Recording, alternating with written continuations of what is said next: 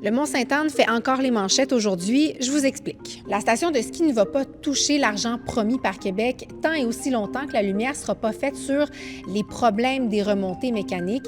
Puis pour le gouvernement du Québec, tout est sur la table et ça comprend la résiliation du bail de l'opérateur Resorts of the Canadian Rockies. On revient dans le temps. Il y a un an, Québec et l'entreprise ont annoncé qu'ils prévoyaient investir chacun 50 millions de dollars pour moderniser les infrastructures. Et ça faisait suite à des incidents impliquant les remontées mécaniques. Je pense entre autres à la chute d'une télécabine en 2022. Ce mois-ci, le Mont-Sainte-Anne a dû retarder à 2 reprises l'ouverture de la saison de ski.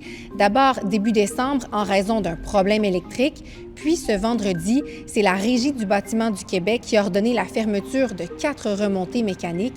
Elle pointait du doigt des enjeux de sécurité. Le gouvernement aujourd'hui, il veut attendre le rapport de la Régie avant de se pencher sur la suite des choses. La députée du coin et le ministre responsable de la capitale nationale jugent inacceptable que l'opérateur n'ait pas fait les travaux nécessaires pour éviter la situation dans laquelle on se trouve présentement. Et il rappelle aussi que les impacts sur la côte de Beaupré sont majeurs.